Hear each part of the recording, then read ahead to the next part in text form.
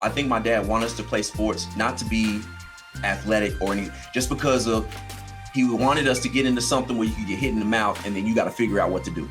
Like, forget the sports, just like when you get hit and laid completely out, what can you do out there by yourself without mommy and daddy?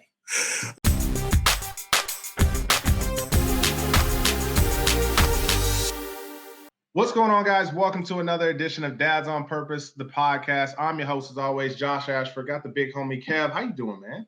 Man, I'm doing fantastic, brother. Look, I still got Christmas up, so we still celebrating, man. We having a wonderful time over here. I need you to take them down. Nah, bro, it's too soon. My Christmas decorations went down on Saturday. You got listen. You got to understand, man. I needed my living room back, so they got to take it down. But anyway, look, man, you got us all rooting in our own house, man. We didn't even introduce the guest, man. We got my brother, TC Speaks, man. How you doing, Tyler? Man, I'm great. Kev, I still got my decorations up, but I was scared to say something. I thought, bro. On us, man. Listen, I'm coming for next. I'm just kidding because I took my tree down on Saturday, and my wife was like, "Oh, these kids didn't change your mind. How you feel about Christmas? You used to leave it up all day." I was like, "I love to leave my tree up." I was like, "But the toddler." Anyways, Go ahead. Man, first things first. This podcast is brought to you by TLC, Teach Love Connect, man. For fathers, by fathers, man, challenging the stigma and the stereotypes that fathers are impatient, emotionally unavailable, and unapproachable, man. We've been here, bro. Where y'all at? Go to tlcbrand.com, grab your swag. That's that. And then Tyler, man, what I want to do, I just want to give the people, because I know your story. Right. I don't want you to do the whole thing. I want you to do the whole thing. I want you to. I ain't gonna do it like how Kev used to. You know what I'm saying? I ain't gonna do it. I'm learning from Kev. Kev said he do it for 2 minutes. Pitch because, man, this episode today we're talking about creating generational businesses and keeping them. Right. And we've been rocking for a while, man. And I love your story. I love where you come from. And if people had the opportunity to listen to your whole story, that they would just be life transformed, man. But we ain't got that much time because it's a 30-minute podcast. But straight up, I think you and your family, you guys understand, how to create a generational business and then how to maintain that. Right. I don't know how long y'all want to keep doing it, but you've created it, right? Yeah, and it's something that can sustain. So that I want to give a little bit of background, man, and then we're gonna dive into that, and we're gonna help some dads out. Yeah, for sure. I want to cut right to it because my pops, Earl Campbell, great father. Okay, blessed to obviously play in the NFL, Hall of Fame, Heisman Trophy, but amazing father, and he always wanted to build something for our family. Right. And so as it ties into what we're talking about today, understand that mindset for my dad of building generational wealth started for him when he was a child. He grew up working on sharecropper land.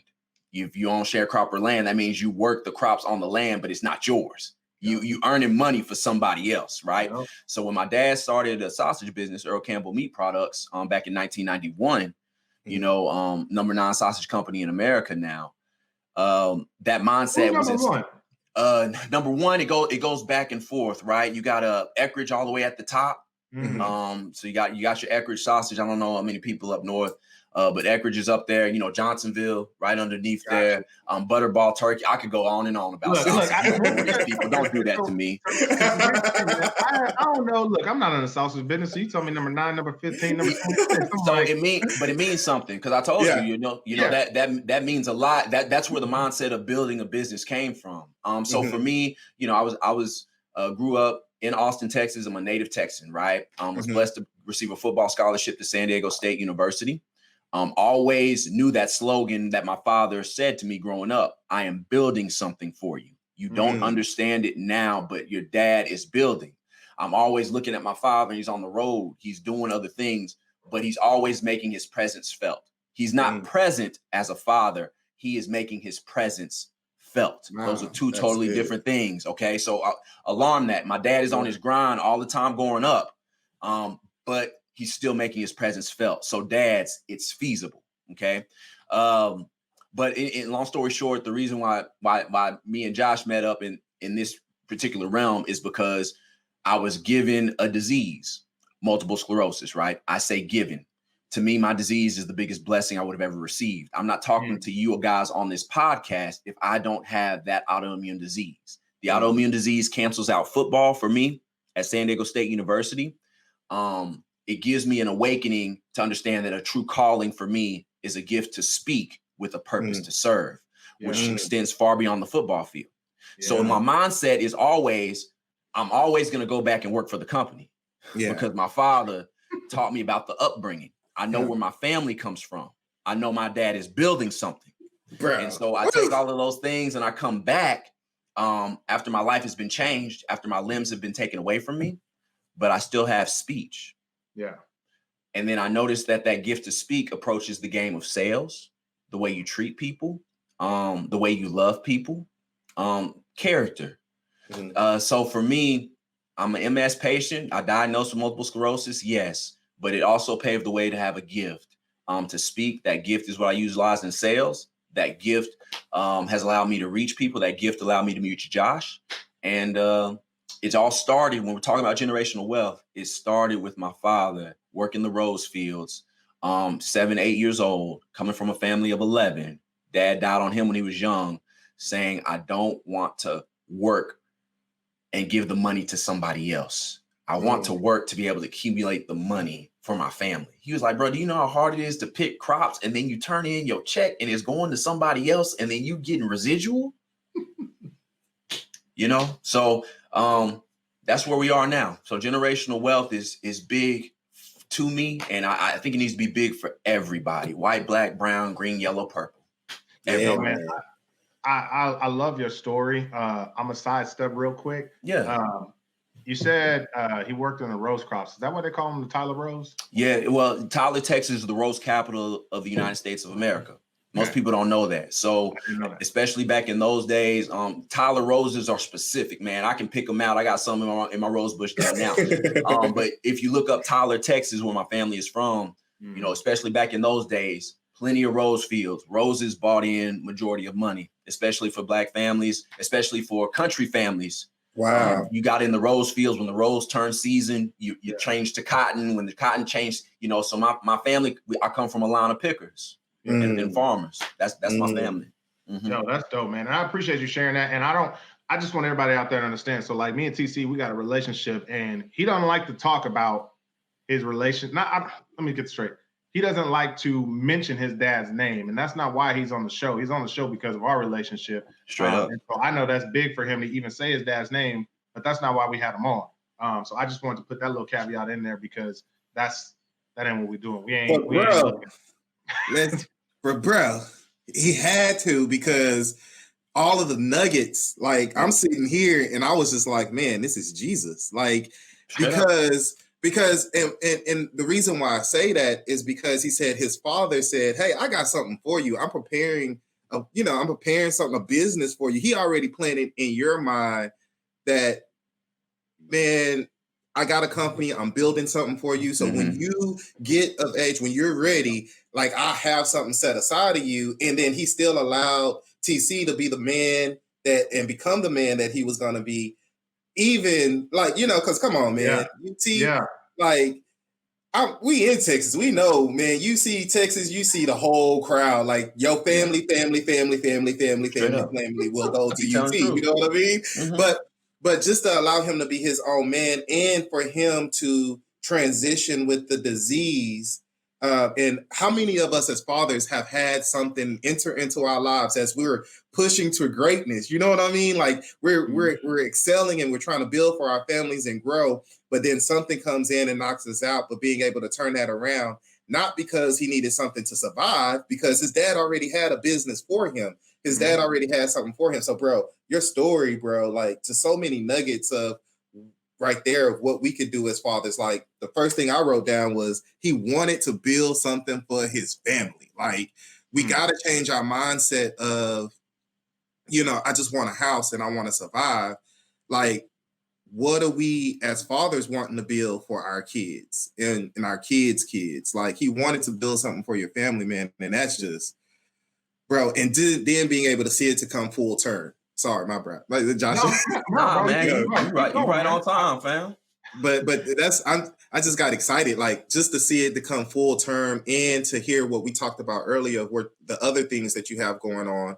Like, bro, that's just, your story is awesome, freaking amazing. And it's so many nuggets that we can use as fathers to really start we got to change the way we think. Like, that's funny. I was thinking about that a couple of weeks ago as a minister getting ready to prepare a message. But the one thing that jumped in my mind is, man, he tells us, like, the Bible tells us, change the way you think. What are you thinking about? What do you desire? And so we got to be able to, we want to be rich. We want to be wealthy, but we don't think generational. We don't think, long-term. And the next nugget, he said, I don't want to work to give it to someone else. Like, man. That's real. Big J, chime in, because I know you got something. What you got? No, man. What I wanted, man. Because I know more about your story and I know more about, like, kind of how the whole dynamic of your family works. And so I think it's beautiful that your dad was creating something for you, even though you didn't share the same talents of gifts that he had. Right. Because you got your brother. Your brother was the more gifted athlete. Yeah. You went to Austin Westlake, which is, you got to ball out, and you weren't as gifted, but you're carrying your father's name, but yet you still rose to the occasion. And so I kind of want to talk about that, man. It's like, how did your dad encourage you? Because he's a smart man. Yeah. He understands what it takes to, be good at the college level, be good at the NFL level. And when he sees his son, quote unquote, not hitting the marks, but yet he's still building something, he's still preparing it for you to take. Do you get what I'm saying? Yeah, it's here's what I want to encourage some of the fathers out there, because we all come from different situations and we all come from different backgrounds. I want to give hope, because we are quick to, we're very critical of ourselves, especially when we live in the instant gratification world. We see other people having this and having that. Maybe even, okay, let's make it personal. Other dads doing this and doing that. Taking trips, buying gifts, buying the houses. Come on, right? So my dad, his dad died on him when he was 11. Okay, so nobody outside of coach, my dad didn't have that. Dad's always there at the dinner table. Like, he didn't have the greatest resume. You know what I'm saying? And that is what is so important for people to know. It's not where you start, what you have, because we're quick to talk about what we don't have, and then that will stalemate us. My dad didn't have that. He didn't have anybody to teach him as a father necessarily to love. He didn't get his for very long. Yeah. But that didn't stop him from wanting to aspire to be. And I think his love superseded all that the athletic talent stuff, all the, whatever football, all the living on the west side of Austin, affluent neighborhood. The love trumped all of that. He wanted to make sure he loved. And for me, that's what I passed down to my son. Everything that I do with him, it is done out of love. Yeah. Right. And how is that any different, by the way, than what your heavenly Father says from day one? The greatest of these things, Kev, is love. Yeah. Okay. So whatever you harbor, whatever you do, if you do it out of a spirit of love, even if you ain't the most religious person, whatever. Okay. We missed you. We lost you. We'll bring it back. If you do things out of a spirit of love, that's when growth and things can manifest. Right. So that's what I saw. And I said, and my father said, okay, he's not the most talented. He's not going to do football. But if I love on my son, and if I tell him he can, then when he discovers what that thing is for him in manhood, as long as I'm there to support him, watch this, in the way that I always wanted my father to be there for me, but never was, my son will be okay. And so if anything, no secret sauce, fellas, love is free. Love is what my pops gave me and still gives me to this day. I'm 34 years old. Nothing has changed. But because he backs me and shows me that love, bro, I hit the ground every day running And I do the same thing for my children. Yeah. Go with it. Go with it. Bro, like I can see Kev over there. Kev is just like I see him writing all them nuggets, and I got my pen and pad too. So, but it comes. Hey, go ahead. Wait, Kev. don't go. You just right here, like, hey, man, listen. Every father, you can. I don't care where you at. I don't care what you got going on. Like you might not didn't have your dad tell you can. Maybe you didn't have an uncle to tell you can. But absolutely, we're telling you right now. These 3 dads on this podcast are telling you right now that you can. Like that's to me, because I think that goes back to what we started our podcast on when we talked about anger and frustration. Men, especially Black men, are just angry and frustrated with life, and we have not experienced. We have not experienced pure, true, unadulterated, like love, like the love from where it's like, hey, you messed up, but I still love you. You know, and not only just love you, but also correct you in a way that's not harmful to your spirit. Does it make sense? Like, and so since we missed that, and we miss that love, but yet we're having kids and we're building families and we're desiring something that we've never experienced before, you can. Like you absolutely can have these dreams, like inspire to be. Like, bro, just inspire to be. So go, Josh. Go ahead, Josh. No, man. I think my mind is just blown because this ain't where I wanted this podcast to go, but I'm sorry, bro. That's fine because it's not. I think this is. It's funny to me because like I wanted to talk about, hey, what are the steps to creating generational, businesses and how do we keep them and things like that. When you think about that, you think about the process of creating a trust, getting those things in alignment, but you don't talk about those things that are quote unquote not tangible, like showing love, like like that is, I think that supersedes everything else that we're already talking about as far as like the steps and things like that. And so that's okay for me that we're not even going down that path, because this is something else that needs to be talked about more than the steps, because everybody else is talking about the steps, but nobody's talking about showing the love, showing the care, like taking the time and just investing in your kids. And I say it all the time. I said it on the IG the other day. It was like, I got a 2-year-old daughter, and I let her do the business with me. We got the apparel line. I let her put the packages together with me because I want her to see what I'm doing, but I also want her to understand that, hey, daddy loves you and he's going to be right here to help you figure this out. So regardless of whatever you're doing, I'm still going to be there to help you. And so my mind's going faster than my mouth can talk. No, bro, because that's real, Josh. I love that's where we are right now in this conversation. And I don't, but Josh, you good, because I was gonna bring it full circle, because when I look at my children, the biggest thing my dad did for me with getting into the meat business, I worked it from the bottom up, right? And I got into the meat business because I saw how much it meant for my father to have a package in the grocery store, Rosefields grocery store, as a Black male. Aunt Jemima's not real. Uncle Ben was a fiction. They're not real characters. My pops was real. Okay. And so it caused me, when I saw how much he loved it, how much he valued it, it was easy for me to get in line with the family business. Y'all see what I'm saying? Before the Campbell name, for the generation. And I worked the business from the bottom up. I didn't get tired with MS. I didn't get weary with my disease, because I saw how much it meant to my pops and what we were building. And once he fed it to me, and once I bought into the fact that one day I will have children, and we will continue this thing going. I always loved Campbell's soup. I thought that's what we did growing up. And my dad used to say, we will be like Campbell's. We will have something like that. So it starts there, and it really trickles down to my kids to this day. And Josh said something powerful, bro, with the t-shirt pressing, with the rubber bands, with the radio show, all this stuff that I have, I bring my babies with me. Yeah, bro. I bring my babies with me.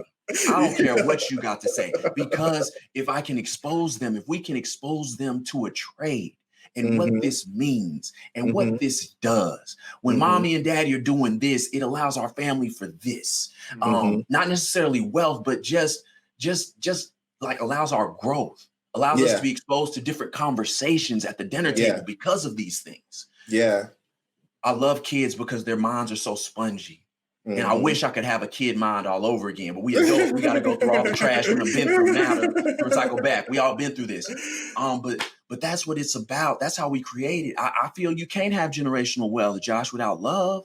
I feel like you can't get your kids to buy into it if you don't have no love at the root. Does that make sense? Yeah, that's perfect, because I wanted to come back to that with the how did you, and because you speaking, and I want to see if you can be able to show me two sides. I wanted to see man, I love my dad and I see what he's trying to do. I see the vision. I see how that makes him happy. But then I also want to see some examples of, excuse me, I don't want to do that. You know what I mean? Or I haven't bought into the vision of me running this company. Like I got other goals and other dreams and other visions, because I think when we talk about generational wealth, and we're talking about the society we're in today, where you can get online and learn this skill and learn this trade and feel like you have something that does not benefit the family. You know what I mean? Because it's a totally different path of what you're trying to go. So if we can get like just how did you fall in love with the family business and started to grow? Because man, bro, when you started talking about number 1, number 2, number 3, I was like, this dude loves his sausage. He loves his meat. Like he knows everything. You know what I mean? So that's a totally different love than somebody who's saying, you know what, I understand we have a business, but I'm just trying to do my best to support it. Yeah, I think the fact that I think my dad wanted us to play sports, not to be athletic or anything, just because of he wanted us to get into something where you could get hit in the mouth and then you got to figure out what to do. Like, forget the sports, just like when you get hit and laid completely out, what can you do out there by yourself without mommy and daddy? Oh, bro, I just had flashbacks.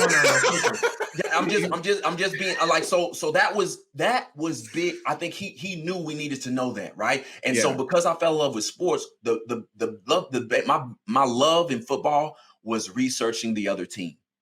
I love to depict you and learn your strengths and your weaknesses, and I love to watch film to be a student of it. Okay, so getting into the sausage business, it was the same mentality. It was like, okay, I don't do it in sports, but let me see if this transfers over to life. Like if I research the tops and if I can be innovative, pinpoint a weakness of where their niche is not in the sausage business, and we create that, you see what I'm saying? So it correlated. But I think it came down to my dad understanding his child. My dad knew from Jump Street that football was not going to be my thing. But he did appreciate the fact of the intangibles that sports was teaching the children. So as I grew older, my dad always knew that I was a talker. He always knew that I was a speaker. Why? Because my dad is a communications major. My dad is amazing at speeches. So he saw in me what I didn't see in myself, but because he knew it was better for him to let your kids discover it for themselves, to not be so hard on them so they don't give up and quit on what's in them. When he saw me finally discover it in sales, he was like, boom, son, you finally got it.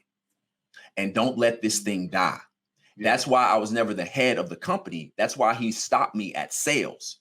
He saw that in me, not at no executive. No, sir. My son got to be out there. You talk that talk.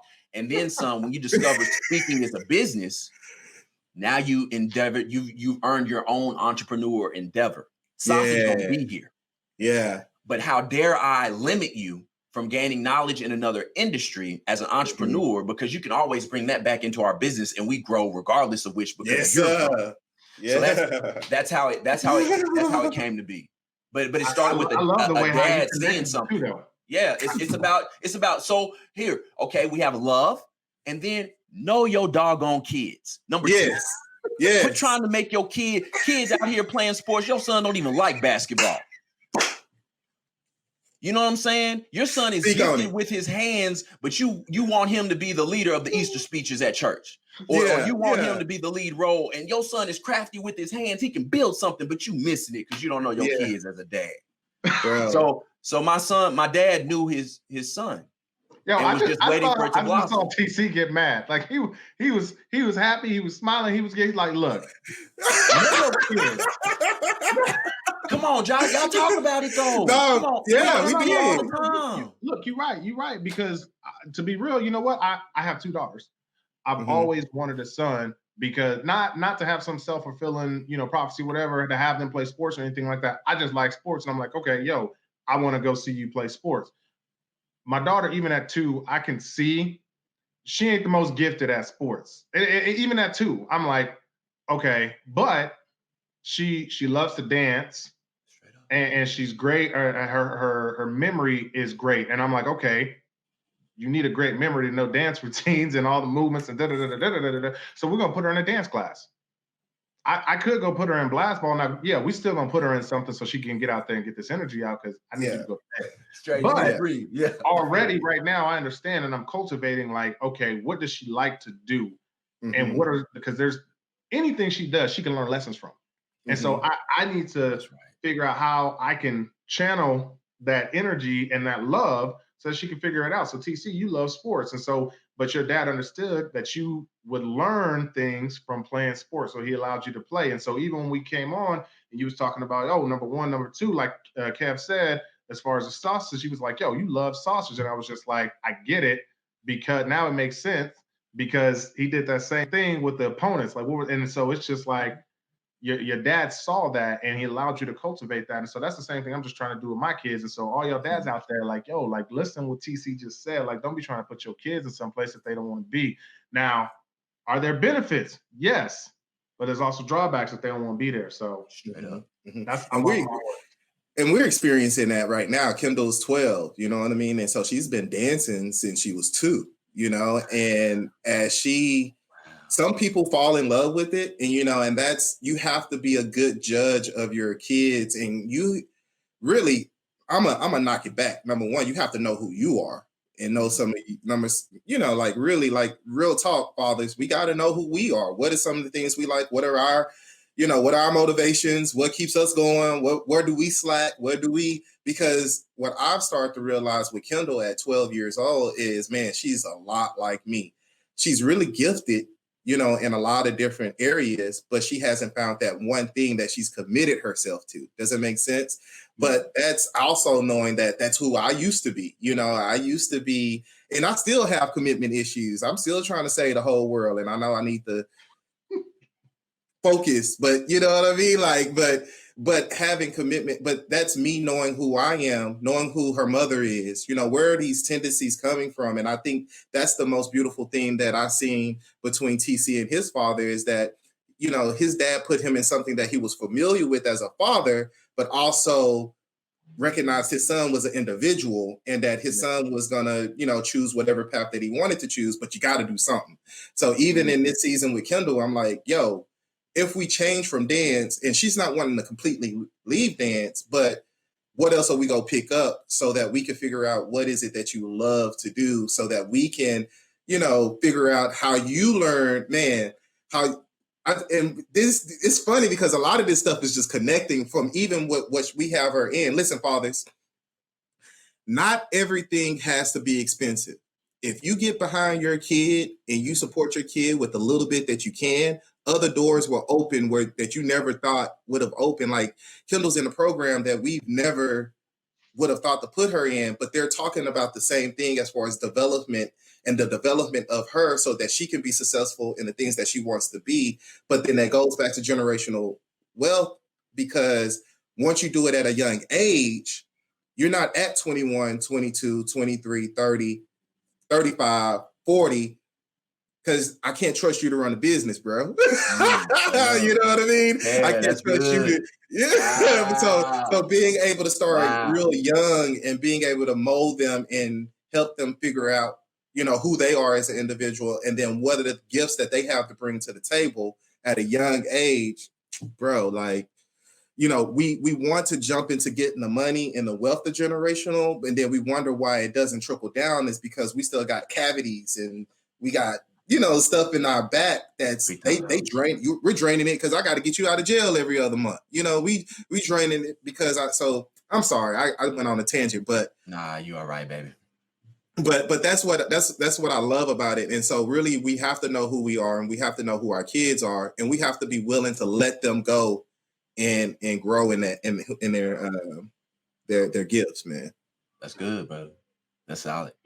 You That's said something huge. real good, man. You said, what are our motivators, as in fathers? Like what is really motivating us to do these things that we're doing with our kids? And man, I think that is like the first question we need to ask when looking at creating something for our kids. Yeah. It's like, what is motivating you? Is it just to have the money so that you can go live the lifestyle, so you can, go do what other dads are doing? Are you really looking to create something that's going to last generations and generations and generations? I look at the big homie Jamal King in Chicago, man. Just creating a massive empire for his entire family. Yeah. Like he set up his kids. Now he's setting up his grandkids. And I think he was just talking last week. He was like, he's like, once I'm done with my grandkids, he's like, I'm working on my grandkids. Mm-hmm. My man's not even 50 yet. Mm-hmm. And so it's like you can see what his motivation is. His motivation is not just for him to amass all this wealth so he could do whatever he wants to do and live out some lifestyle and some crazy things. And I think that's where people lose it, because before we came on the podcast, we were talking like, 70% of wealthy people lose wealth in the second generation. Mm-hmm. 90% lose it by the third generation. But when you have love and when you have great motivating factors to create something that's going to last as long as the Fords, you know what I mean? As long as all these other families that we wear and drink and eat and things like that, man, I think those are the two keys. Like, you gotta have love. Yeah. And you gotta know what motivates you, and those gotta be the right motivators, man. And I'm done. We can shut this thing down. Bro, like seriously, man. Like it's a beautiful theme, man. Hey, TC, I think it's like speaking, right? Because we're coming from both you come from a similar field. I'm a minister, you're a speaker, and a lot of us jump up and say, we're gonna speak. But you got to get real specific about your subject and your topic before you go jump out speaking, because people are only going to want to purchase what you're really good at talking about. You know what I mean? And I think one of the things we really have to do when we think about building wealth is what the specific things that we're trying to build, the specific things that we're trying to do. Because if we don't get specific of what we're really trying to do and what we're trying to do with generational wealth building, I mean, I've seen wealthy people in horrible families, in their family. Yeah, they got generational wealth because it was established by their great grandfather, and so they don't have to worry. But then there's nothing great comes out of that. And then I've seen it where we've had generational wealth where not only did they bless their family, they blessed their family so much where they have to bless everybody else. You know what I mean? And I think that's what we have to really start, changing the way we think, because we have been hurting for a long time. Black families, minority families, we've been hurting for a long time. And every time we try to build our wealth and get out, something tragic happens. But there's ways and things that we can protect our wealth, and I think that's another podcast within itself, is just how to protect our wealth once we generate the wealth. But I know our time is coming to real close, but I really want to talk about your kids, like how you're planning on, transitioning wealth to your kids, because even just talking from here, I might need to start a production company, because my kid loves to sing, dance, and want to do theater. You know what I mean? So in this today's society, I'm a speaker. We need to just do a production company and put it all under one hat and do our thing. You know what I mean? But what are some ways, or what are some things you're doing to start transitioning that wealth to your family, to your kids? Yeah. And I think we talked about it. We talked about my biggest move with thinking about this I'm always somebody who I see the end at the very beginning. Meaning, like, I have my desires of what I want my life to look like before it even happens. Mm-hmm. And that's prayerfully. What does that look like? So for me, I've always wanted to ensure that from day one, I leave something in the soil for my children. We talked about that with real estate, whatever, with our home. So that's the biggest thing right now, is the home that we have it is going to be the rental property, but it is going to be standing in my children's name. Gotcha. Okay. It will be in my children's name. Secondly, because my life doesn't evolve around sports, it's so beautiful, right? Because my life is in a different trajectory than it was in my teens and my 20s. So because of what life has been like for me as an entrepreneur, as a speaker, as a mentor, all those titles, then obviously I look at my son and I'm more open to see past sports with him. Yeah. And so now that my mind has been, so I tell people you have to, in order to have that generational wealth mindset, you have to receive some things. And for me, I'm just now to a point in my life where I can receive what is out there for me because I go through counseling every Sunday. Because I've constantly worked on chiseling down those things, and I'm not going to let that weight spill over into my children. Yeah. So you talked about that. So I can't get to my kids if daddy's not right. Daddy goes to counseling yes, I come from a 2-parent home. Yes, I grew up on the west side of Austin. Yes, come from quote unquote money. Yes, all of that. I go to counseling because don't minimize or marginalize your pain. If it hurts you, it will scorn you and it will spill over. Your cuts will spill over and bleed on to other people. You don't even notice it. So dad has to work on what Dr. Tanya said, she was just like, yo, everybody grieves. Yeah. We got to deal with that. We got to deal with that. So to get to the kids, so I talked about that. But then daddy has to work on himself every week. Yeah. And he has to be consistent about it so that daddy's cuts and wounds don't bleed over into Messiah and Cheyenne's life. Because that way it allows me to be open for the visions and the dreams that they have. Because if I'm not, my cuts will block their dreams. You get what I'm saying? So I'll miss it. So that's the other thing that I'm very open about counseling. I'm very open about therapy. So that was the other thing. And then listen, y'all, my kids like to talk a lot. So what they're inheriting from quite honestly, I'm just being real. I try to put them in situations where they can use their personality right now. For my kids, where their personalities can breathe. My son is very artsy, and my son likes to talk a lot.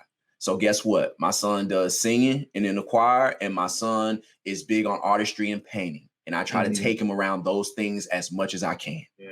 All right. My daughter is very big personality, has the attention. So like you said, Kev, dancing. But then when it comes to business, I don't show them the sausage business just yet.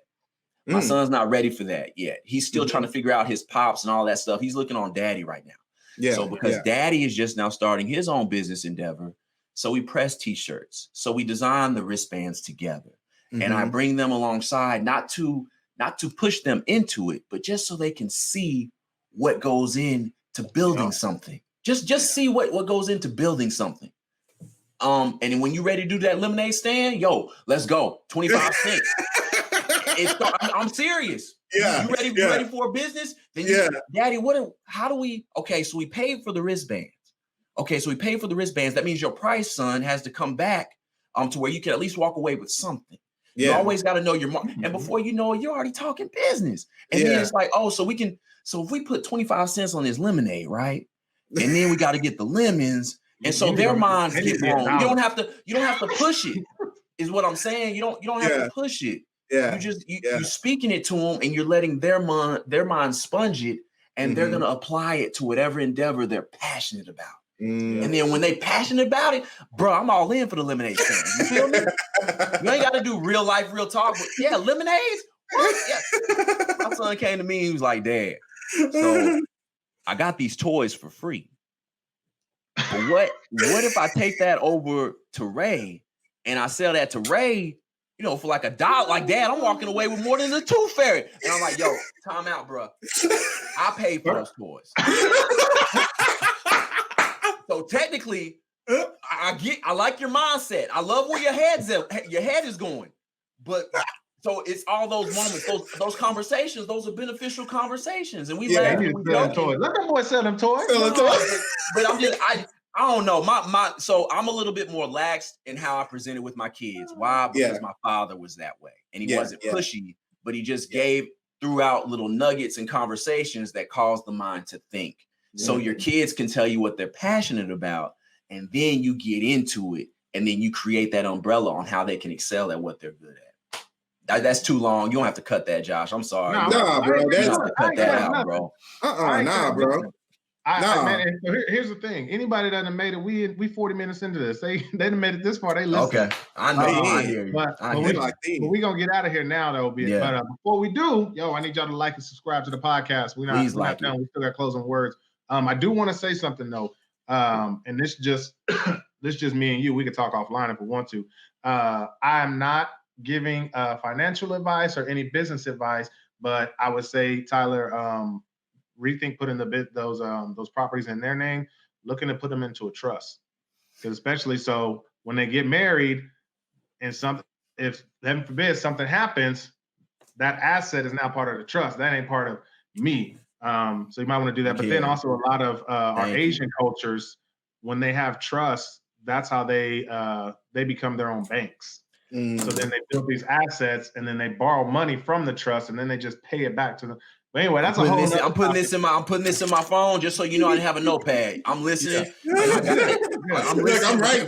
Because my neighbor across the street. I'm talking surface level. Yeah, no, my neighbor across the street who's Asian, and bought the house next to him when he bought his house, trust. So that's the man above speaking over you, because that's what I'm doggone supposed to do. So thank you, Josh Ashford, and I'm putting that down because me and my wife need to talk about that. So thank you for blessing me with that. That's real. Yep. Wow, that's dope. Kev, you got final words, man? Man, listen. That's good, man. That's good, Josh. It's always a pleasure to be with you, fathers, man. It's always a pleasure to be with our people who have liked us, shared us, man, whether it's a female or male, young or old. Listen, we love each and every one of you guys for joining us. Generational wealth does not always focus on money. Like, it has to do with the family. It has to do with a foundation. It has to do with love. It has to do, man, you've heard it all here today. So take your time with this series. Like, seriously, like, I know Josh just said it was time to go, and I was like, but bro, I got some more stuff down here I wanted to talk about, because he was just talking, because it's so much, and I understand, like, we desire, you know what, Josh and TC, I've met more men who are trying to develop businesses and who are trying to do the right thing, but we're hurt and we're broken and we're not working on ourselves. And then, our families are a reflection of that, and that's what I love, TC, that you said, you're not bleeding onto your kids and messing up their dreams.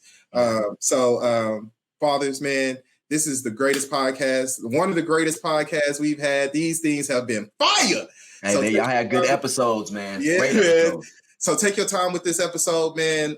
And you can see you can always hit me at the Mentor Coach. If it's whether for mentoring, coaching on fatherhood, man, just hit me up. Even if it's just encouragement, go like my page, man, and let's connect. TC, what you got, man? I just want to tell all the dads, like, bro, you're good enough.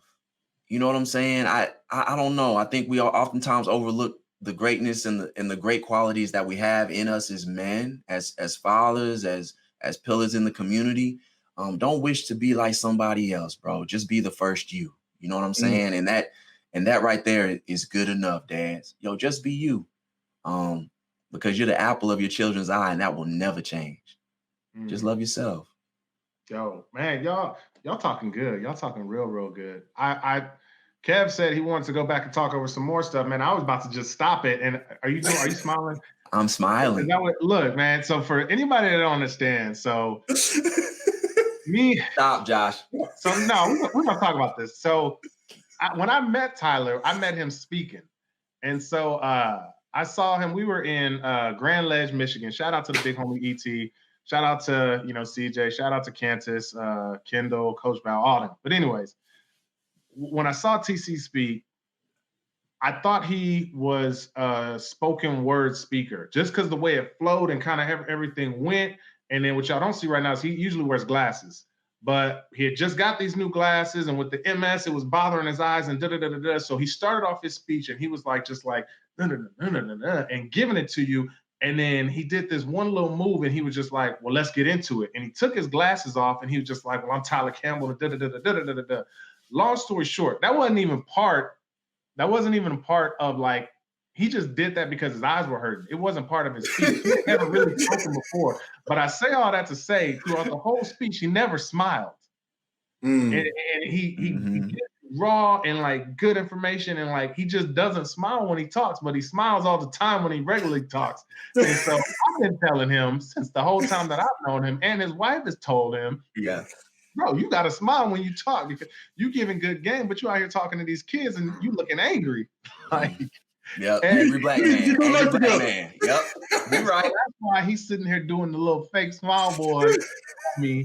And but he's getting better, man. He's getting better. I'm a work in progress, fathers, just like you. I'm a constant work in progress. Let's go. Oh man, y'all like the podcast, subscribe to the podcast, give us some reviews because we need them so we can go ahead and move up there, man. 2021 is gonna be fantastic. This is coming out on the new year. I forgot to even mention that. I don't even care. Happy New Year. Happy New Year, y'all. Yo, this I feel that God is calling, Kevin and I, we started something really great, man. And just where we see this going, we're gonna do some planning sessions, man. We're gonna start letting y'all know what we're talking about before we even talk about it. Yes, sir.